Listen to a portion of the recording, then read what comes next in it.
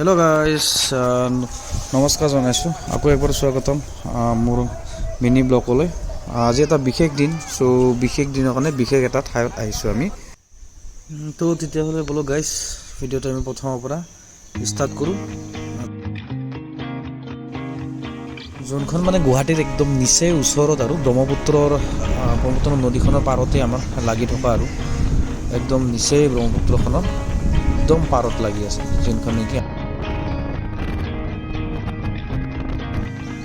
আৰু ওচৰত গৈ দেখিছোঁ গেটখন বহুত ধুনীয়াকৈ সুন্দৰভাৱে সাজিছে কমিটিয়ে।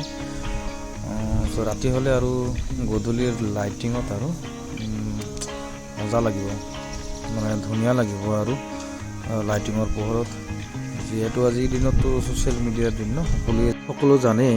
উত্তৰ গুৱাহাটীৰ ৰজাদুৱাৰ চন্দ্ৰভাৰতী পাহাৰত অৱস্থিত যোনখন মন্দিৰ ভগৱান শ্ৰীকৃষ্ণৰ আৰাধনা কৰা হয়।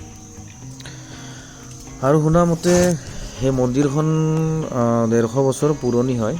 মই ইমানটো নাজানো, যদি ভুল হয় মোক অকণমান কোনোবাই কমেণ্টৰ জৰিয়তে শুধৰাই দিব। আৰু প্ৰত্যেক বছৰে ইয়াত স্থানীয় লোকে একদম উলাহৰে আৰু ফূৰ্তি ফাৰ্তাৰে দৌল মহোৎসৱ পালন কৰা হয়।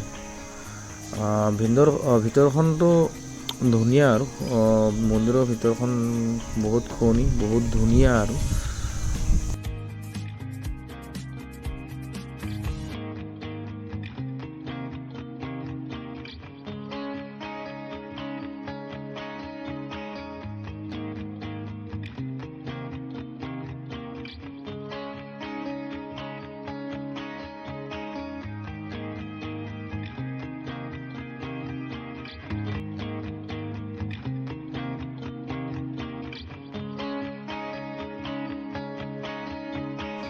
আজিলৈ এইখিনিয়ে ফ্ৰেণ্ডছ।